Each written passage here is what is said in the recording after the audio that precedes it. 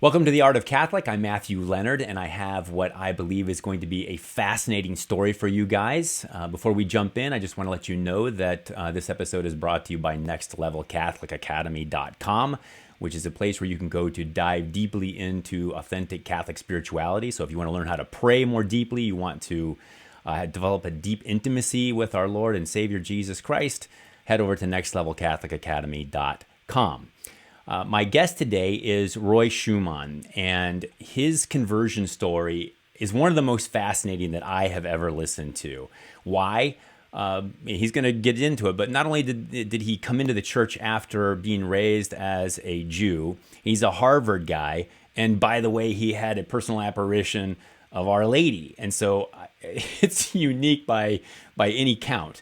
A lot of you may have heard of Roy through his book, Salvation is from the Jews.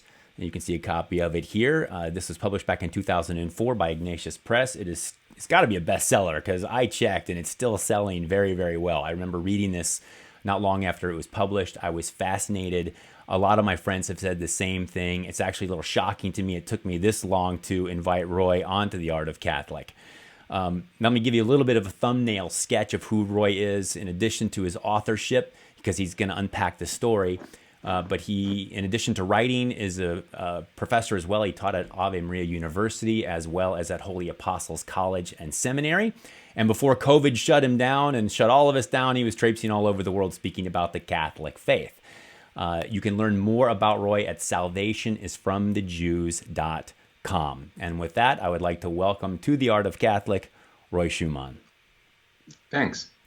It is great to have you here, and you and I have some shared history too, because your wife, Maria, is a family friend of mine. I've known her for a long, long time.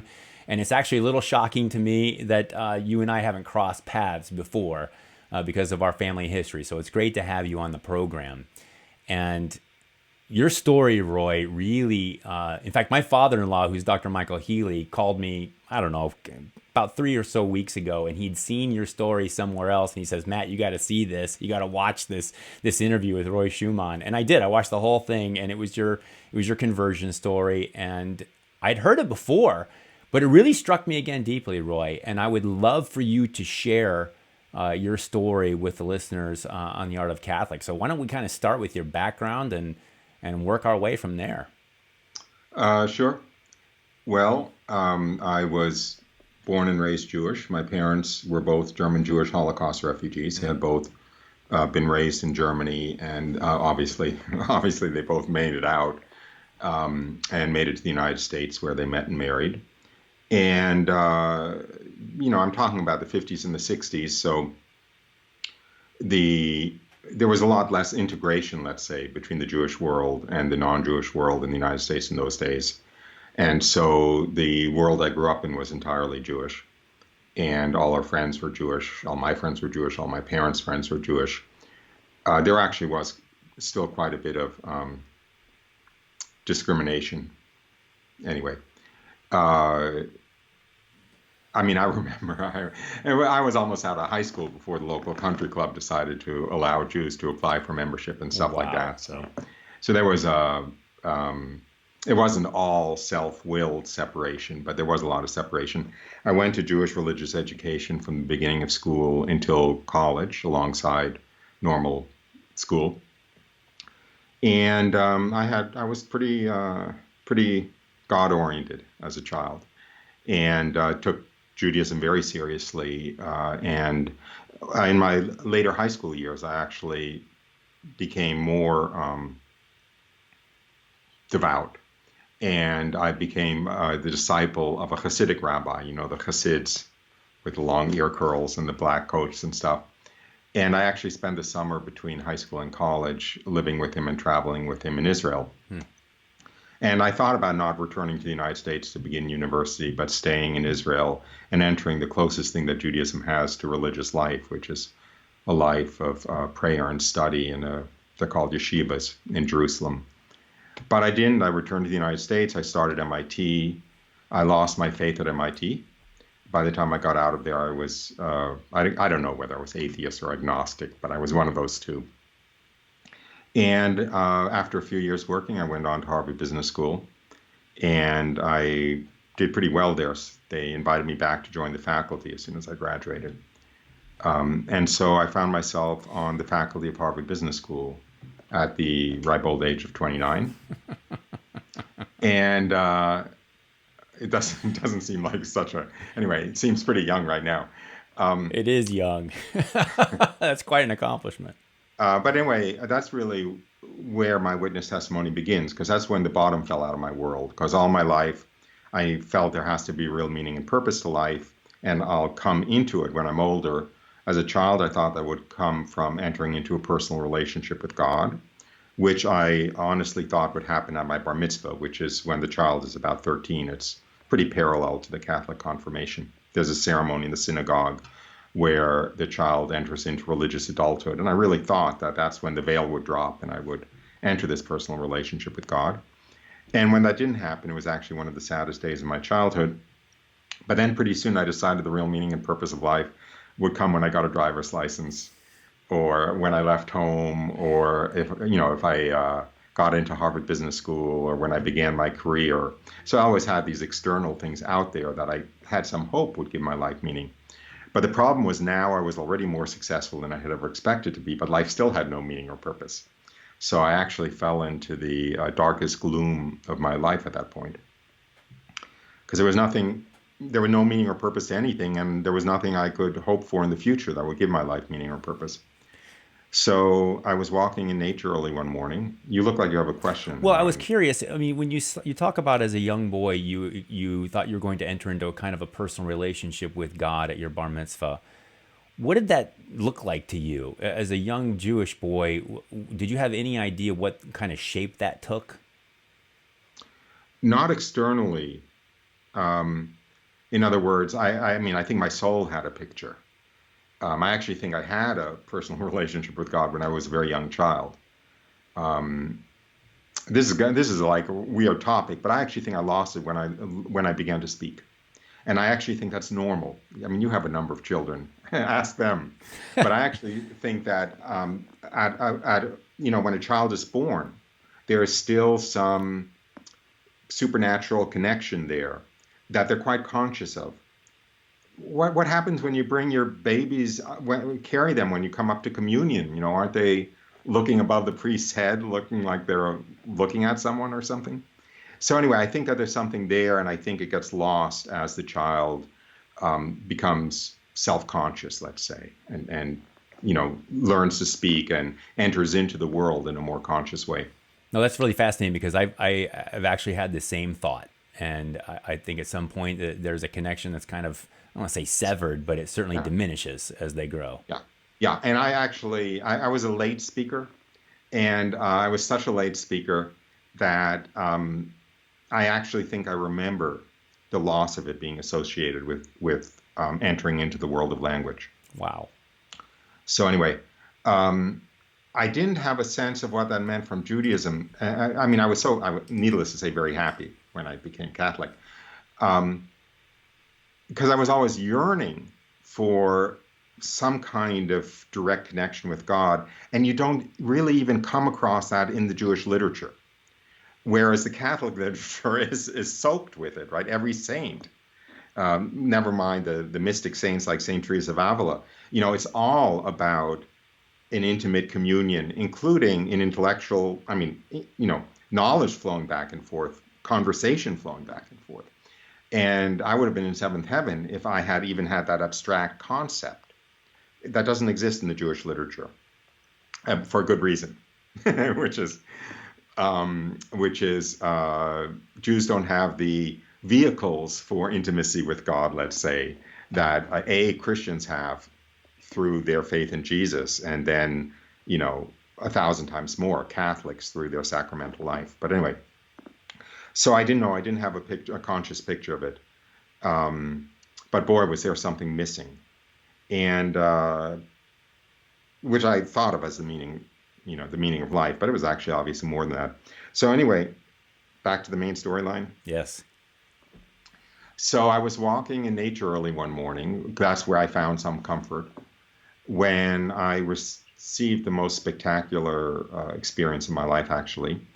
which was I was just walking along, lost in my thoughts. I had long since given up on any hope of believing in God, when from one moment to the next, the veil between the physical world and the spiritual world disappeared.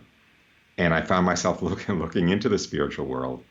But much more importantly than that, I found myself in a state of very intense communion and communication with God. And I saw my life as I would see it if I had died and was looking back over my life in the presence of God. I understood everything as I would understand it after death. I basically, it was, I think the term is intellectual vision, but it was as though I had a searchlight on my forehead and I couldn't ask myself a question without being shown the answer. Wow. And I saw how I would feel about everything after I died. I saw that my greatest regrets when I died would be every hour I had wasted doing nothing of value in the eyes of heaven. And the other great regret would be how much time and energy I had wasted worrying about not being loved, when every moment of my existence I was held in this ocean of love greater than I ever imagined could exist, coming from this all-knowing, all-loving God. I saw how foolish I had been to, well, basically, at that time, I thought to myself, I mean, before this experience, I went through life thinking to myself, well, if only that hadn't happened, then I would be happy today. Or if only that hadn't happened, then I would be happy today. And I saw in this experience that absolutely everything that ever happened to me had been the most perfect thing that could be arranged, coming from the hands of an all-knowing, all-loving God, not only including those things that had caused the most suffering at the time that I had thought of as the greatest disasters, but especially those things that had caused the most suffering at the time. And the biggest part of this experience was simply coming into the full experience and knowledge that God himself, the God who created everything that exists. I always laugh when I say that, because I used to say everything that exists. And my wife, who's a philosophy professor, points out, no, you're talking about contingent existence. So I don't think your viewers are interested in the difference between contingent existence and non-contingent existence. So everything that we think of as existing, not the universe, the laws of physics, all the matter in the universe, all of everything, time and space itself. The God who created all of that not only knew my name, which had never occurred to me as a Jew, so to speak, not only knew my name, not only had been arranging everything that ever happened to me to be the most perfect thing, but had been watching over me, knowing how I felt at every moment and caring about how I felt at every moment, so that in a very real way, he was made happy by everything that made me happy, and he was saddened by everything that made me sad. And paying attention to me as though I were the only creature he had ever created. And that was by far the most transformative aspect of this experience. I knew in this experience, of course, that the meaning and purpose of my life was to worship and serve my Lord and God and Master, who was revealing himself to me.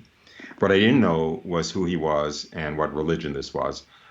Catholics often go off the wrong fork in the road when I tell this story, because they think like I saw Jesus. I mean, I know now I saw Christ, but I saw him in his divinity. There was no human form there. I essentially saw, it's hard to put this into words, but I essentially saw the Godhead. And so, no, it didn't look like Jesus, And but I knew he was my Lord and God and Master. So I prayed on the spot. I prayed to know his name, to know what religion to follow, to worship and serve him properly. And I prayed, let me know your name so I know what religion to follow to worship you properly. I don't mind if you're Buddha and I have to become Buddhist. I don't mind if you're Krishna and I have to become Hindu. I don't mind if you're Apollo and I have to become a Roman pagan, as long as you're not Christ and I have to become Christian. Why the antipathy toward Christianity at this point? Do you have another 2 hours? Because of Christians? I'll try to. It's not towards Christians, by the way. It's towards Christianity. There was no antipathy towards Christians. I'm trying to think of how to do this in 90 seconds or less. Okay. We know as Catholics, or as Christians for that matter, that Judaism was a divinely revealed religion coming straight from the hands of God and given to a single ethnic group, the Jews, in order to prepare for the incarnation of the second person of the Most Holy Trinity, at which point the special relationship that God had established between divinity and humanity, between him and man, through Judaism, would be extended 100 million times more strongly to all of humanity, through Christianity and through the sacraments of the Catholic Church. So we know that the Judaism that was given to the Jews in the Old Testament was a religion given straight by God, but restricted to one ethnicity because of its purpose, which was to enable the incarnation to take place, with the intention of that always being that all of the benefit of that would spread out to all of humanity. We know that.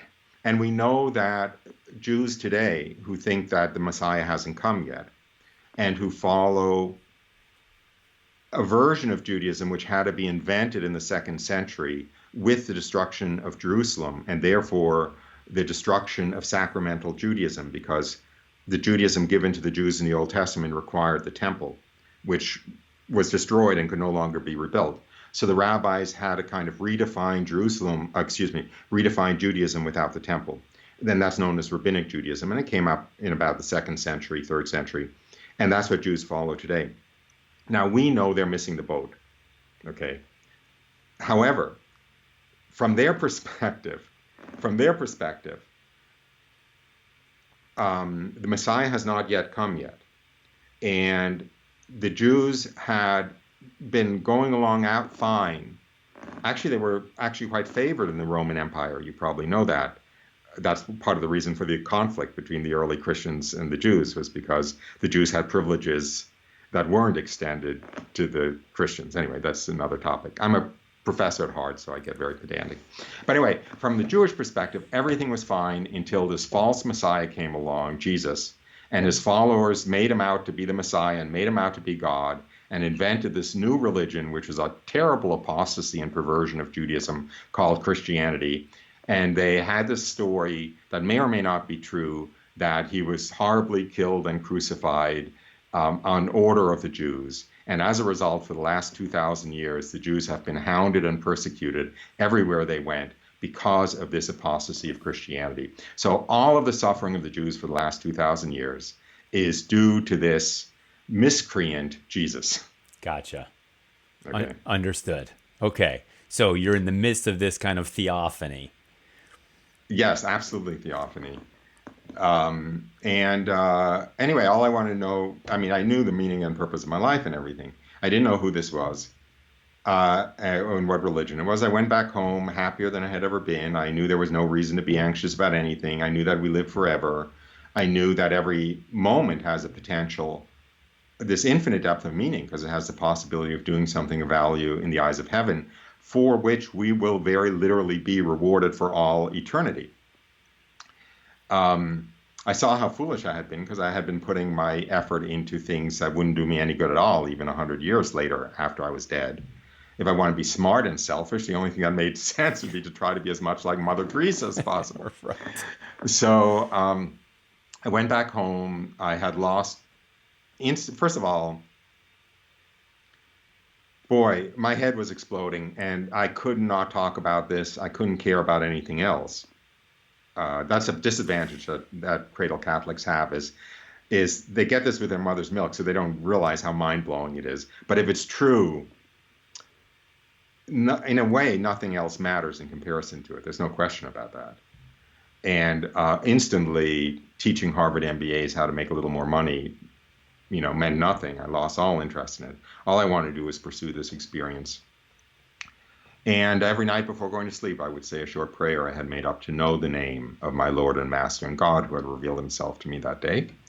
And a year after that first experience, I went to sleep, and I had a very conscious experience of the Blessed Virgin Mary and quite an extensive conversation with her.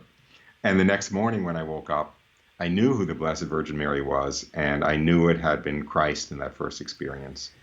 And I knew I wanted to be as fully a Christian as possible. What was that encounter with the Blessed Virgin like? I'm really Oh, it's curious. pretty cool. I'll bet it was. That's the biggest understatement I think I might have ever heard.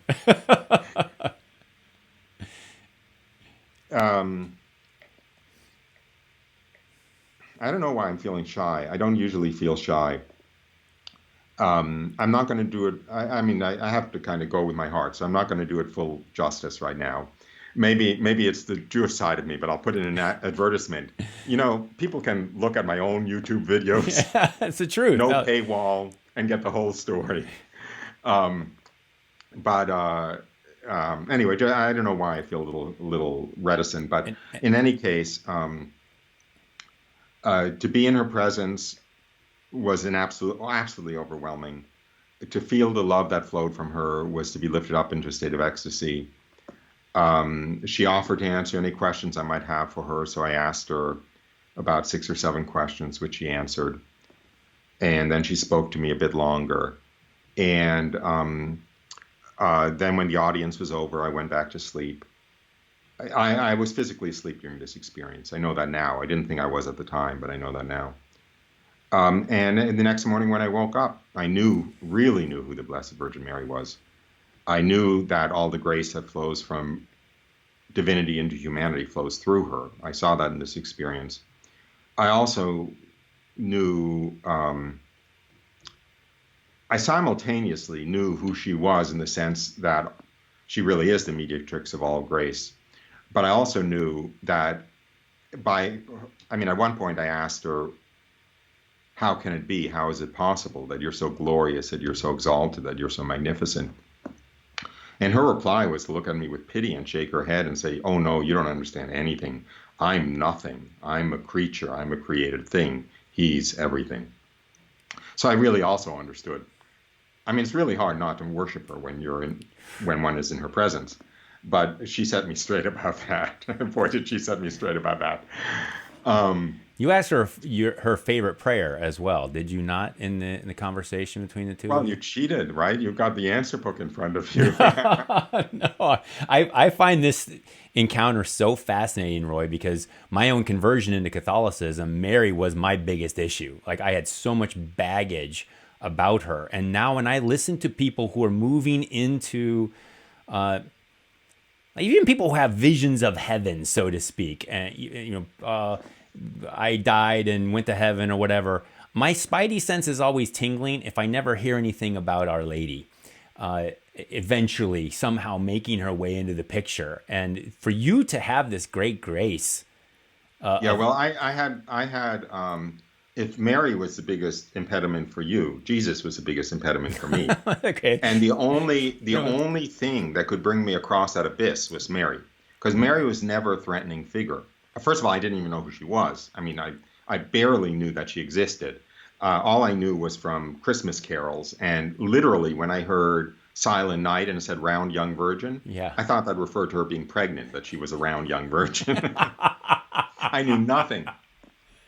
And she didn't carry any of the baggage that Jesus carried for me, which was this kind of threatening figure. This is really true. I mean, my job isn't Catholic bashing. It's actually evangelizing Catholics as well as Jews into the Catholic Church. But when the pogroms would go through the Jewish villages and these raging mobs would literally kill every Jew possible, and burn down their houses and stab them and throw up babies and catch them on their bayonets and all kinds of stuff, they would be following. The person in the lead would have a crucifix. They'd be doing it. I know this was not genuinely in the name of Christianity, but they would be asserting this in the name of Christianity. So, there would be Jesus. I've been thrown out of some pretty good places, but, I wear this crucifix around my neck. And I went to a Messianic Jewish synagogue because I like to pray with Jews who pray to Jesus. And the rabbi said, if you're going to wear that, you have to leave. So I left, because to them, and these are Jews who follow Jesus, these are Messianic Jews, Jewish believers that Jesus was the Messiah. To them, this is an emblem of persecution and oppression. Wow. So So God knew what he was doing when he He had Our definitely knew Lady, what he was doing. yeah, come By to the way, you. he's pretty good at his job. Yeah, thanks be to God, right? So you But have I'm this. Go pleased to ahead. hear that you agree. I like how you went up to me where Jesus was your issue, mine was Mary. And so he sends his mother to kind of take you across that great divide to get you over your prejudices and your fears and your animosity toward him. And Yeah, my seeing him as the persecutor, as the enemy. That's right. did you haven't drawn any parallels to yourself when you were thinking about your first theophany with God to Moses? Were you kind of thinking like this is like what Moses experienced when he saw the burning bush or anything along those lines? Did you go back to the Old No, Testament and think any no, not at parallels? all. Not at all. I did not. One of the things I was really happy about when I discovered the Catholic Church, because by the way, I didn't discover the Catholic Church immediately just because I had an encounter with Mary. It took me a little while to figure out her identity with the Catholic Church. I actually discovered Saint Teresa of Avila before I discovered the Catholic Church. When I read The Interior Castle, Wow. and when I read it, I said to myself, wow, she's really on target because I know what she's talking about and she's right. The only thing she has wrong is this business about Christianity. Everything else, she's on target. But I That's was so great. happy when I discovered her. And then, of course, when I entered the church, because as a Jew growing up, my biggest complaint to my religious teachers was, why did God perform miracles in the days of the Old Testament and stop? And they never had an answer. I had no concept that miracles still took place. I had no concept that God still spoke to man. It was such a relief to find out that he does. I never associated that with Judaism, if you see what I mean, because it was I don't want to say it was myths, but it was stuff that happened 3,000 years ago in Judaism. It's stuff that happened, last week in Ireland in the Catholic Church, Right. or maybe in, God, Wisconsin or Georgia or something. So what happens after you have this encounter with Our Lady, and I can't imagine what the life was like in between that theophany and then the dream you had and this encounter you had with Mary. Was it, if I'm not mistaken, was that 1 year to the day later from your It was one theophany? year to the day. The only reason I know it was 1 year to the day is after the experience with Mary, I put in a diary entry. And I had, in that diary entry, I recount that I had prayed a prayer of thanksgiving before going to sleep, in addition to the prayer to know who that God was, a prayer of thanksgiving because it was the 1 year anniversary. And one of the things that I remember too from listening to you is that when you had the first encounter with God, you said, and you mentioned this a little bit, how you're like, tell me who you are as long as you're not, Hmm. Christ and you have anything to do with Christianity. And he honored that request in a way. Like he didn't fully reveal himself to you at that point in time. Of course, I feel sorry for Catholics who have to go on faith. I don't even have faith. I got to admit, I have memory, which is a real way of cheating. But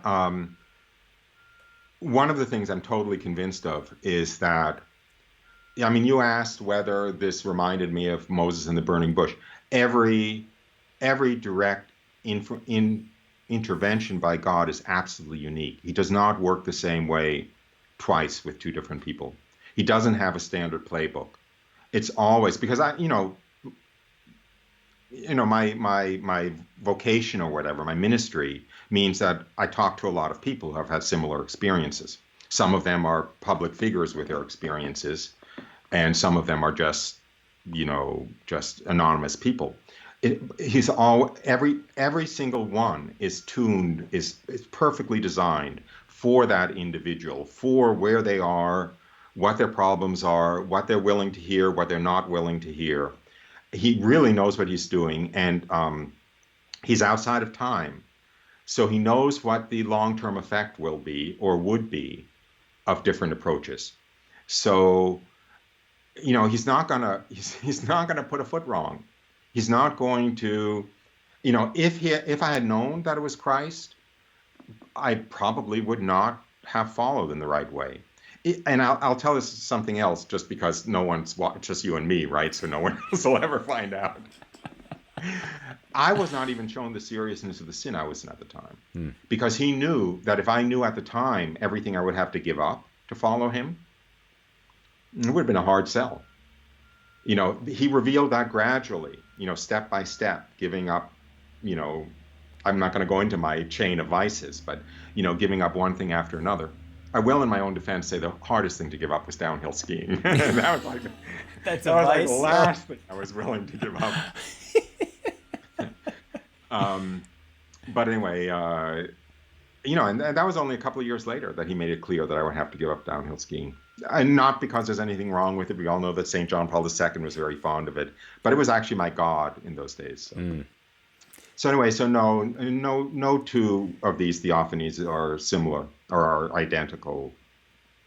Okay. And by the way, the experience with Mary was of a totally different character than the theophany. I mean, for instance, that initial theophany, nothing was spoken words. Everything was thought transference. The experience with the Blessed Virgin Mary, the vast majority was actually spoken words back and forth. Now, getting back to that question I asked you before about her favorite prayer, you asked her this. Oh, I didn't get out of that, didn't you? What, do you have notes in front of you or something? No, I just found teleprompter probably. Yeah, when I found myself in her presence, my initial reaction was I just wanted to honor her somehow appropriately. And my first thought was actually, I wish I at least knew the Hail Mary, which I didn't. But I knew that, you're supposed to say the Hail Mary. And so when she's offered to answer any questions I might have for her, my first question was what her favorite prayer to her was. I figured that way she'd teach me the Hail Mary, and I wouldn't have to admit that I didn't know it. But instead, she recited a prayer in Portuguese. I didn't know any Portuguese. I made the effort to remember the first few syllables phonetically. The next morning when I woke up, I immediately wrote them down phonetically. And much later, I asked a Portuguese Catholic woman to recite the prayers to Mary in Portuguese so I could identify it. And I'm pretty sure it was, O Mary, conceived without sin, pray for us, have recourse to thee. And the reason that was relatively easy to identify was the word conceived, which isn't in a whole lot of Marian prayers. So one of the first words was this funny word, which when she said it sounded like the Portuguese for conceived. So I don't want to bet my salvation on it, but my best guess is that was the prayer. So what took place following this encounter with Our Lady? Well, I woke up, I was totally in love with the Blessed Virgin Mary. In fact, my first thought when I woke up was, oh boy, I can't wait to go to sleep again tonight and see her again. Boy, was I disappointed when that didn't happen. But anyway, and I knew I wanted to be fully and completely a Christian as possible. I didn't know the difference between a Protestant and a Catholic. Yeah, I had no idea. I think I had no idea of the sacraments. I had no idea. I mean, it was just, I had never touched a New Testament, literally touched, never mind read. I opened a phone book and I found a local church to go to. It was a Protestant church. When I got a little bit, comfortable with the pastor, I asked him about the Blessed Virgin Mary. And when he answered without the respect that I knew that she deserved, and that's an understatement, I just knew in my heart there's no place for me. And, I know what else happened. I was spending all my free time at Marian shrines after that experience with Mary, just to kind of feel her presence and commune with her. And the Marian shrines are all part of the Catholic Church in the United States. And there was one to Our Lady of La Salette about 40 minutes from my house. I used to go there 3 or 4 or 5 times a week just to walk the grounds and feel her presence. And sometimes there'd be a mass going on, and whenever I was around a mass going on, I was filled with a almost like a lust to receive communion, even though I didn't know what it was, a tremendous urge to receive communion. So that basically led me to the Catholic Church. As a matter of fact, when I first expressed the desire to enter the Catholic Church, I actually didn't believe in the claims of the Catholic Church. All I knew was that if I became a Catholic, I could receive communion every day. And if I became a Lutheran, it would be like maybe once a week or once a month or something. So that was really the basis on which I chose the Catholic Church. I later learn more. So, did you have, I don't know what your family status was at this point in time, but what was your family's reaction, if you had any around, to what you were moving toward with regard to Catholicism? I didn't tell them until 3 years after I entered the church. Um, there are lots of ways to answer that. One is I was afraid to. Another was there was no reason to. And another is I thought that if they saw how this had made me a better person before they found out what caused it, it would make them more sympathetic to what had happened. But I don't even know my mother's initial reaction because she wasn't really free to express it. My father hit the roof and had a very hostile reaction. It gradually subsided. I'm his only son, and his paternal love eventually made him get back in touch with me and reestablish a relationship. Yeah. A lot of converts and potential converts listen or watch this podcast, and I get this question a lot, or people comment on this a lot, and so I think it's always a good thing to mention that it's not always smooth sailing when you become Catholic. It's not supposed to be. No. I think didn't somebody who's like pretty famous say, blessed are you when they revile you and say all kinds of awful things about you, jump for joy because your reward in heaven was great? That's exactly right out of the Beatitudes. You're right. No one ever said it was going to be easy, but the church is the pearl of great price, and you have to be willing to give up family and friends and downhill skiing in order to really. The first two, yes. The third, I'm not so sure.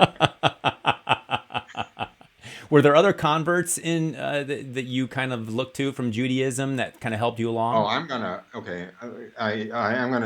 indulge in 90 seconds of church bashing. Not really church bashing, but hierarchy bashing. Sorry. I know you do post-production, so maybe you'll excise this and maybe not. Look, all I wanted to do was find another Jew who had ever entered the Catholic Church. I was dying to. I just had to talk to another Jew who entered the church. So what do? I call up the local chancery. This was in Boston. And I say, can you put me in touch with any other Jew in the church, anyone who knows about Jews entering the church? You know who they put me in touch with? The Jewish Catholic Dialogue Office. You know what their business is? Talking Jews out of entering the church. Oh, man. It was years. It was probably 3 years at least before I was able to find another Jew who had entered the Catholic Church. And as a matter of fact, that's some of my ministry, not a small part of my ministry, because all Jews, it's not exactly the same thing as Protestants. There's always a unique set of difficulties or issues to be addressed. And it's really important. The only person who can talk to you about that path is someone who's walked that path before.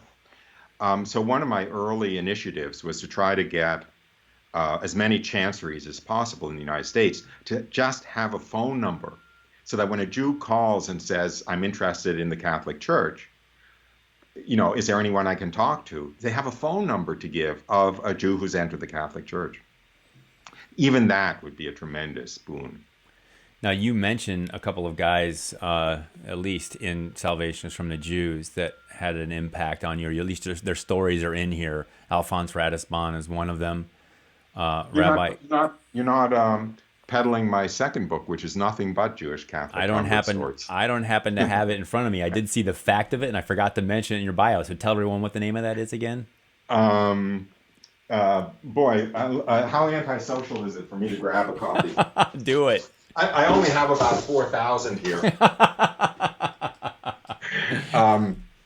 And because of COVID-19, I'm supposed to be out, but I had just bought a big shipment just before everything shut down. Right. So it's Honey from the Rock, 16 Jews Find the Sweetness of Christ.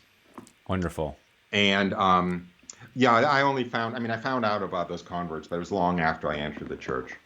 And they did become heroes of mine, especially the Lehman brothers who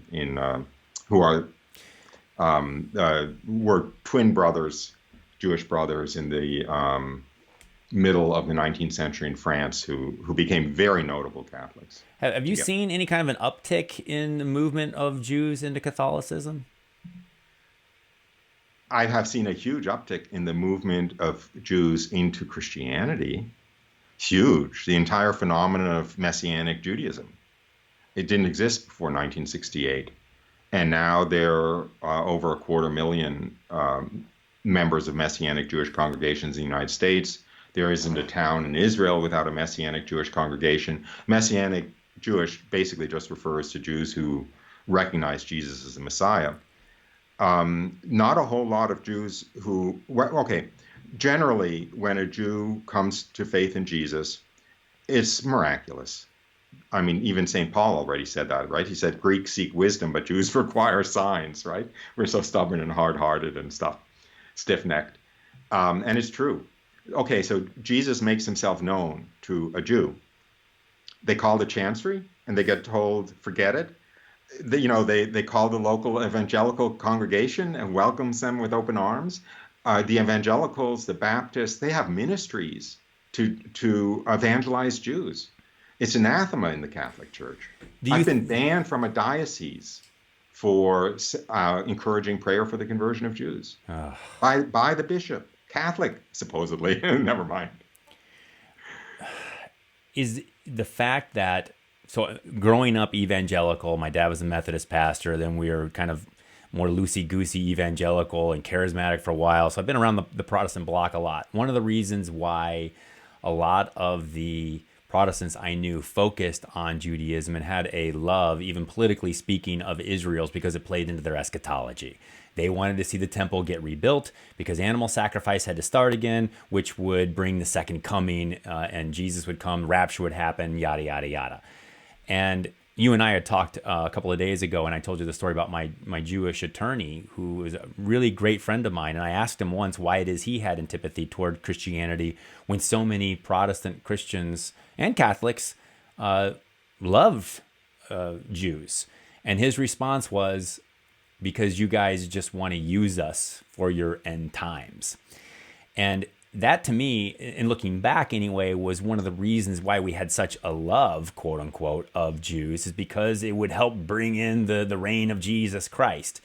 What's the missing link for Messianic Jews to make their way into Catholicism? And first of all, I kind of pivoted from one to the other. I mean, is that a fair assessment of what it is I said, of how they view them? I disagree. I fundamentally disagree. Okay, so I don't go ahead. disagree with your experience. Okay. I don't disagree that today, I mean, in other words, since 1968 or something, that stream has become pretty big, about the eschatological implications of the state of Israel and so forth. And as the world turns its back on Israel, there is a kind of like a hardcore Protestant evangelical defense of Israel for eschatological reasons. But the Scottish mission to the Jews, they still have their house in Israel. I've stayed there in Jerusalem. It dates back to, I think, the 18th century. The New Testament in Hebrew is still published by some, I think, Scottish or British publishing house, for the last 300 years. I see it. I mean, in other words, I'm even going to get a little more offensive. We recently had the feast of Isaac Jogues or something, right? Who has his fingers chewed off by the Indians and goes back to France and says, please send me back there so that I can have the rest of my fingers chewed off and be tortured to death. There used to be a serious missionary impulse in the Catholic Church that extended to the Jews and included the Jews. There was the Edith Stein Sodality in New York was founded to pray for the conversion of the Jews. The Congregation of Sisters of Our Lady of Zion was founded to pray for the conversion of the Jews. There was a burning desire to see the Jews convert, not for eschatological reasons in the Catholic Church, but just out of charity. And also because, excuse me, but the Catholic Church owes the Catholic Church to the Jews. You might have noticed the 12 apostles were all Jews. Even, God forbid, Jesus and his Blessed Mother were Jews. So it is not fair to cast the desire, the passion for the conversion of the Jews onto current eschatology about rebuilding the temple.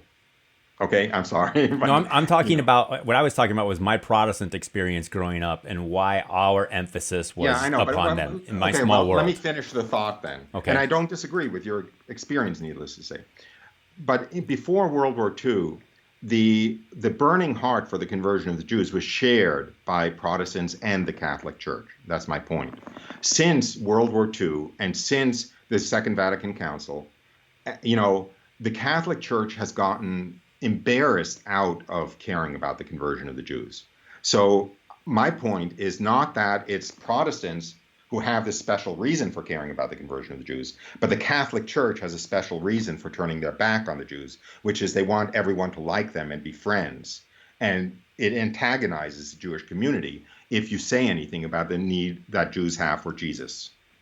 Totally agree.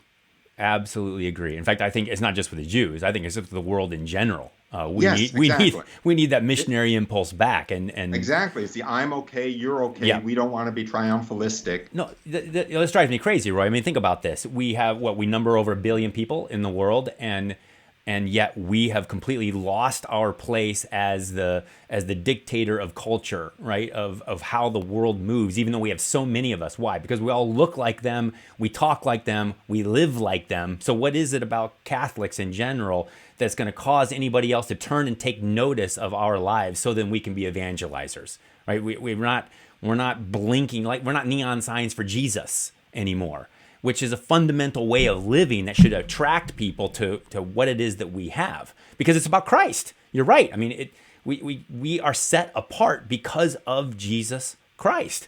And if we don't live Jesus Christ, then what's the point? And we should be inviting other people to do it. Well, it would be nice if we just talk the talk. It would be even better if we walk the walk. Yeah. But we don't even talk the talk. Right. Yeah, there's a lot of work to be done. There's no doubt. But look, thanks be to God. This is one of the reasons why he brought you into the faith. I have to believe it's to help pave the way for a lot of this. So what was it in your conversion process? Every convert has a particular issue that caused them more trouble than others. What was it for you? You're reading out of the answer book, but that's okay. As I said earlier, I wanted to enter the church because I wanted to receive communion every day. And the only people who would give me communion every day were the Catholics. Not only that, I didn't even know there was really a difference, but I knew that if I was baptized as a Catholic, the Lutherans would give me communion. But if I was baptized as a Lutheran, the Catholics wouldn't give me communion. I am Jewish, right? It was just a better deal. Okay. So, I mean, it took me a few years. I wasn't baptized for a few years. I mean, in other words, so I improved from that position before I was baptized. But I was already baptized. When I was baptized, I said to myself, I mean, at the time when I was baptized, I basically agreed with everything the church taught except the eternity of hell. I just thought they had that wrong. Thought that they had that wrong. And I am absolutely convinced that if Satan could basically convince anybody of a single dogma not being true, that's the one.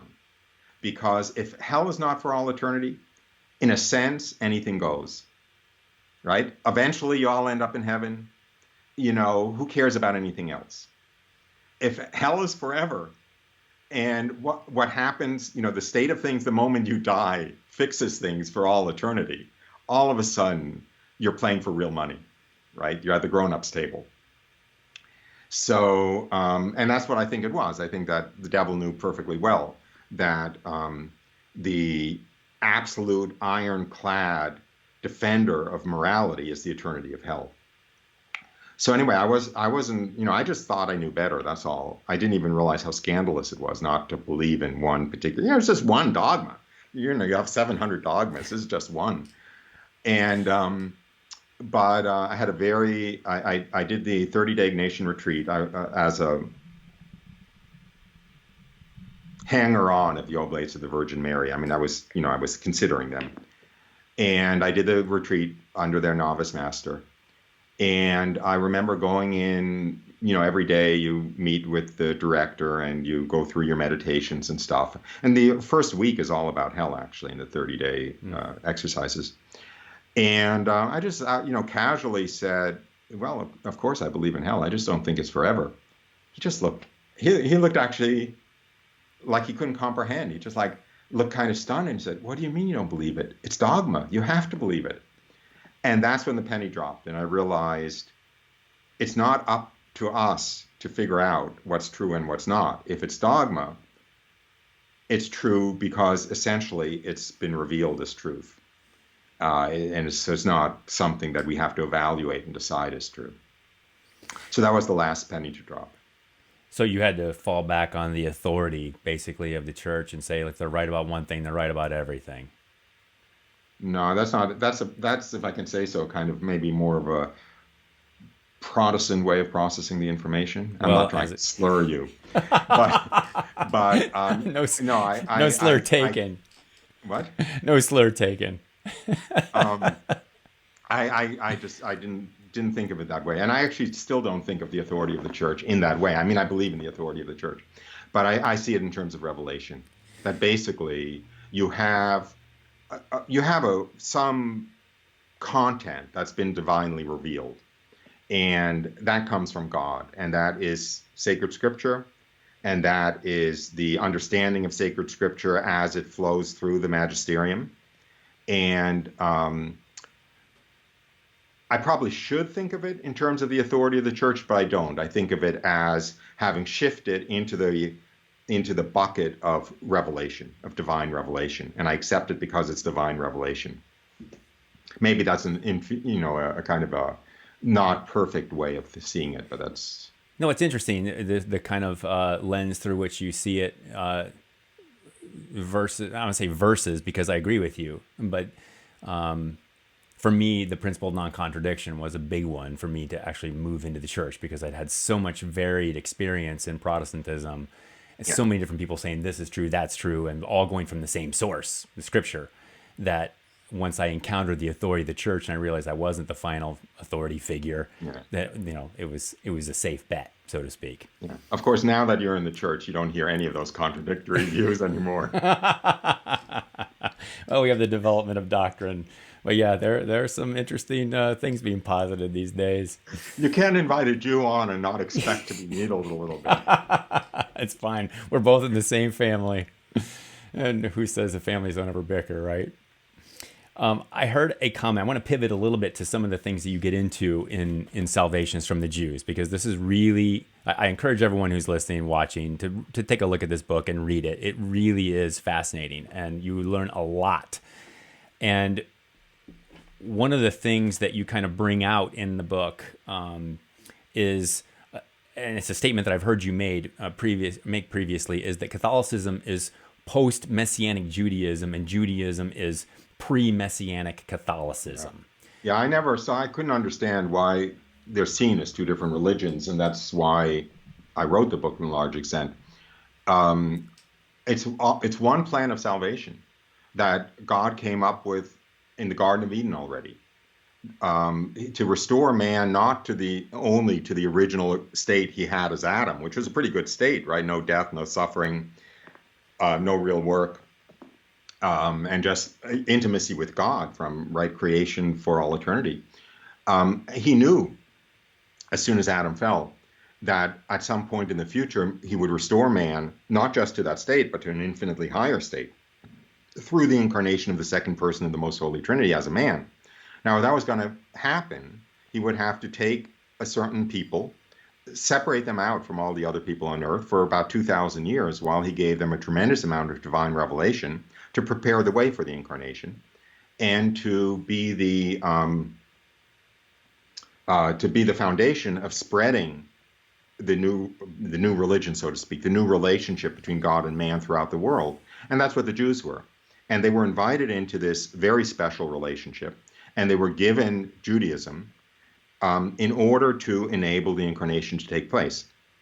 And the intention was always that once the incarnation took place, that special relationship between God and man, which he had extended to the Jews for this purpose, would be extended throughout the world to all of humanity through Christianity and more specifically through the sacraments of the Catholic Church. So they're not two religions. They're two phases of the same plan for salvation. You can call them two religions. I don't know what the word means, but they're definitely two phases for this of the same plan for salvation. A preparation phase, which we know of as Judaism, and a fulfillment phase, which we know of as the Catholic Church. So that's why I consider Judaism pre-Messianic Catholicism and Catholicism post-Messianic Judaism. Is there a main thrust of what you focus on in your own ministry in dealing with and attempting to bring Jews into Catholicism? Is there one issue that you see is it just Christ himself, or is there, I don't want to say a magic bullet, but what's the key? The key is convincing Catholics to pray for the conversion of the Jews. Amen. That's really what my ministry is. Amen. Because as a matter of fact, I'm taking this a little bit out of sequence, but St. Paul makes very clear in the letter to the Romans that this is like really neat. I never start here because I'm skipping all of Romans to kind of come to the bottom line. But this is a really neat little passage.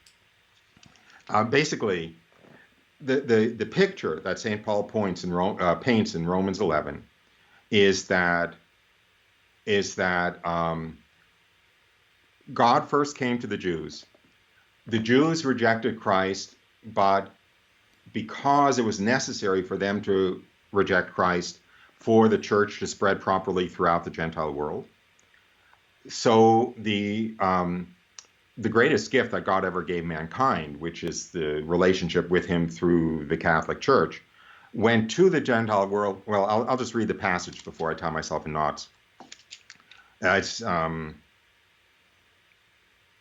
Okay.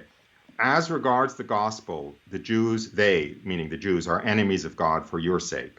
Okay, so he's explained this earlier in the chapter, but the Jews had to fail to recognize Christ for the church to spread properly throughout the Gentile world, which is why he says, as regards the gospel, they are enemies of God for your sake.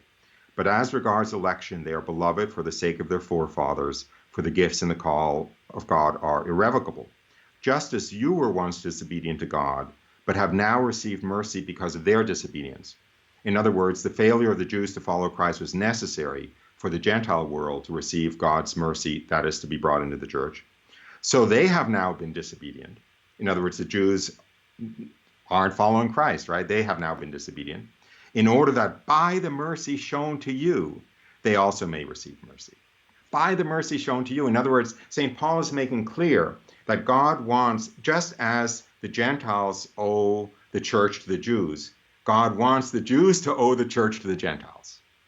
Okay? And I'll just read the next couple of verses just to make it less scandalous.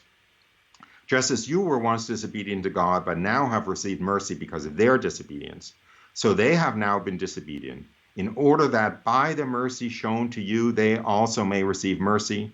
For God has consigned all men to disobedience, that he may have mercy upon all.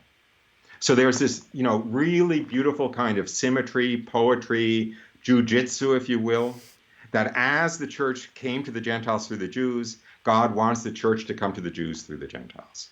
Meaning, you guys have to pray. Where, Roy, can people encounter more about you? Where is it? salvationisfromthejews.com? Is that the best place? Salvationisfromthejews.com is my website. It's not as scandalous a title as it sounds, because those are the words again of Jesus in John 4:22. So I've been accused of being a Judaizer for saying that, but take it up with Jesus. But nowadays, I'm very active on YouTube. I have a YouTube channel. If somebody can spell my name right, which isn't easy, but my last name is Schoeman, Schoeman. If you know German, it's actually Schoeman. That's why it's not Schumann, and that's why there's a C snuck in there and so forth. Schoeman.